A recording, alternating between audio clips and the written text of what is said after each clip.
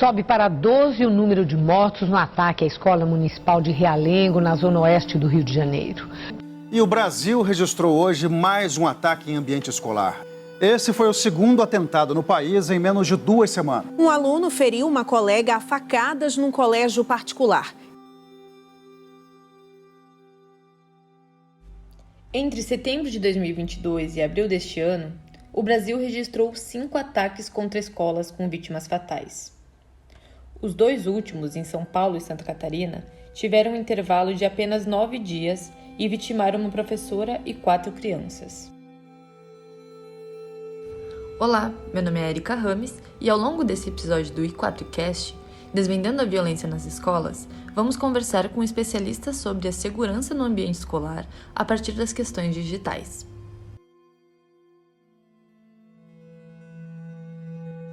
A professora do curso de Serviço Social da Unipampa, Joina Pedersen, pesquisa sobre a violência contra crianças e adolescentes desde o doutorado. Joina aponta que nesses casos de violência, a escola acaba sendo o local onde problemas estruturais da sociedade se manifestam.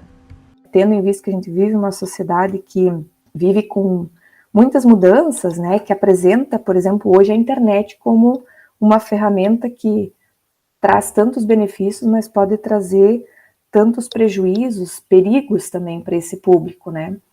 Eu mesmo dizia assim, com pessoas com quem eu falo, alunos, eu sou de uma geração que fui educada por meus pais que diziam, cuidem com o estranho. Não aceite carona de ninguém, não aceite nada que te ofereçam, né? O perigo sempre fora de casa. Aí, quando a gente estuda a violência sexual, por exemplo, contra crianças e adolescentes, a gente vai ver que o perigo maior está dentro de casa. Os autores dessa violência são pessoas conhecidas, também com vínculos afetivos, pais, avós, padrastos, né? Pessoas com algum vínculo familiar. E aí, quando a gente vai falar dessa violência nas escolas, né, poxa, é um lugar onde as pessoas deveriam estar lá felizes, né, livres de qualquer tipo de violência. Então, a gente está falando de um lugar tão importante para o desenvolvimento das pessoas, né, para a formação de sujeitos, né, um espaço de não só onde se adquire conhecimento, mas se socializa, né, se tem esse encontro das pessoas e tal. E aí ele está se tornando algo onde a violência se materializa, mas essa violência eu vejo que ela já começa antes. Ela observa que o dilema da segurança nas escolas precisa ser encarado a partir de um contexto social amplo. A resposta para a insegurança que afeta o ambiente escolar demanda, portanto, uma resposta estrutural por meio de políticas públicas. Então eu vejo que o problema ele está sendo planejado antes, né? A família tem responsabilidades, a escola tem responsabilidades, mas é um problema que o Estado, né, que políticas públicas deverão enfrentar do ponto de vista de coibir isso, sendo que o perigo está na internet, né? Isso está sendo planejado, gestado nesse ambiente virtual. Então, isso do ponto de vista, pensando mais assim, de uma resposta mais estrutural, né? Se a gente vive hoje com uma sociedade digital, né? Uma geração que se comunica, que se socializa pela rede, né, virtual, o Estado precisa criar medidas políticas para garantir proteção, né? A gente não pode depositar essa responsabilidade imediatamente na família cultural. Doutor em Ciências da Computação pela Universidade de Lancaster e professor catedrático da Universidade Fernando Pessoa, de Portugal, Luiz Manuel Gouveia cita as possibilidades em que o meio digital oferece para o crescimento de grupos extremistas. Segundo Luiz Gouveia, pessoas buscam nesse ambiente e comunidades respostas para dilemas e problemas do cotidiano. Muitas delas motivadas por dores que são comuns, porque as pessoas não têm trabalho, porque não têm emprego, porque sentem-se ameaçadas, porque têm medo, porque desconhecem o conhecido.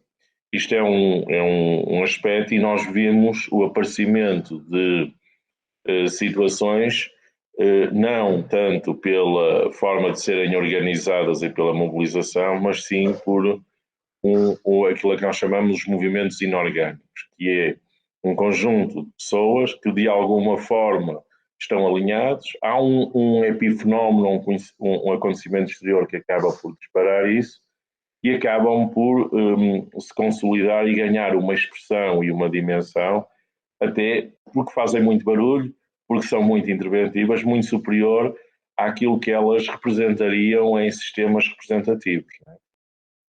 Que é um problema muito complexo que atinge questões que são de ordem estrutural da nossa sociedade, né?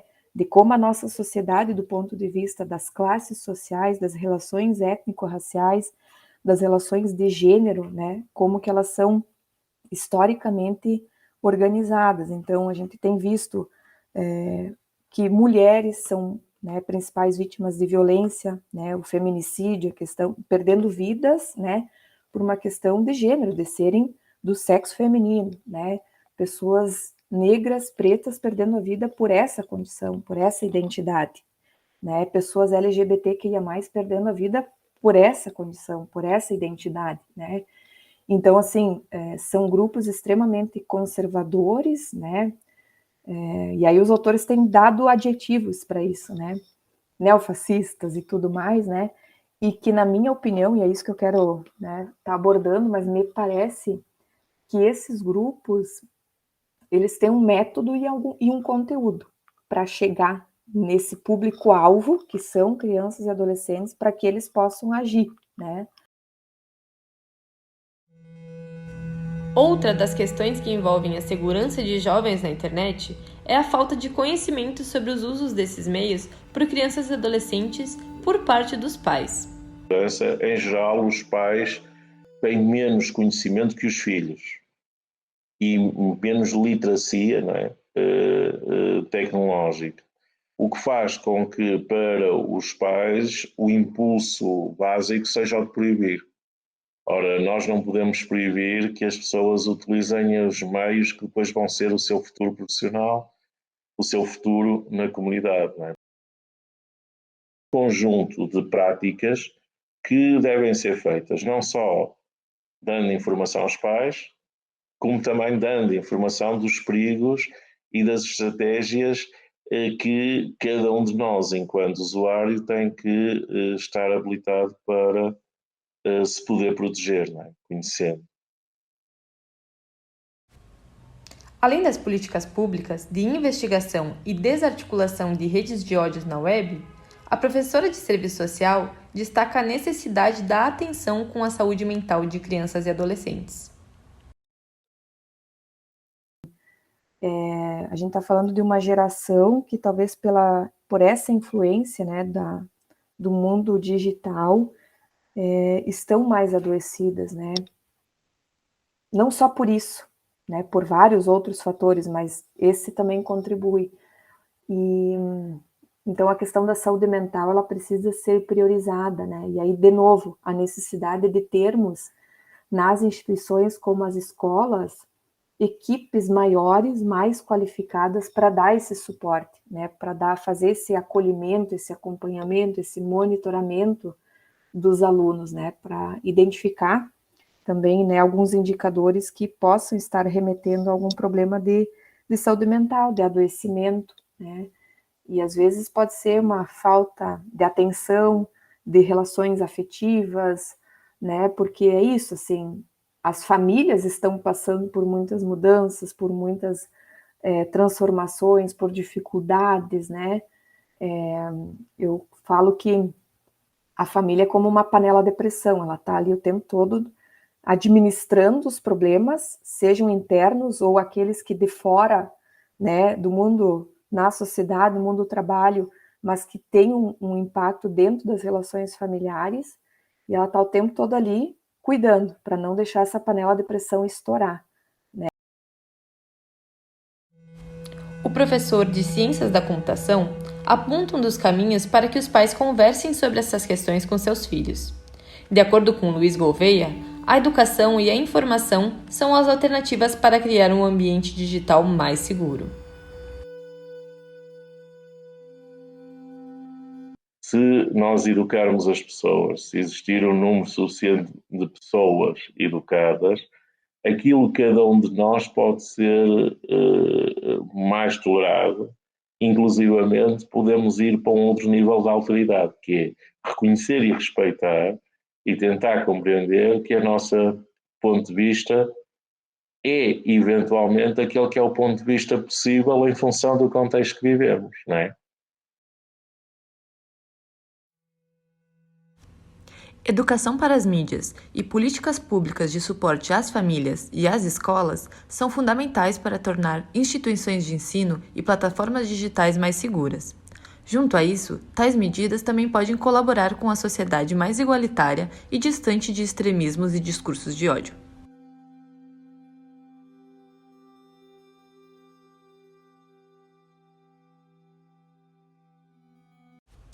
Esse foi o Desvendando a Violência contra as Escolas, uma produção dos alunos do curso de jornalismo da Universidade Federal do Pampa, para a disciplina de Produção Multiplataforma 2, com coordenação e produção de conteúdo de Micael Olegário, produção de sonora e edição de Naju Pereira, roteiro de Micael Olegário, locução de Érica Rames e supervisão da professora Vivian Bellocchio.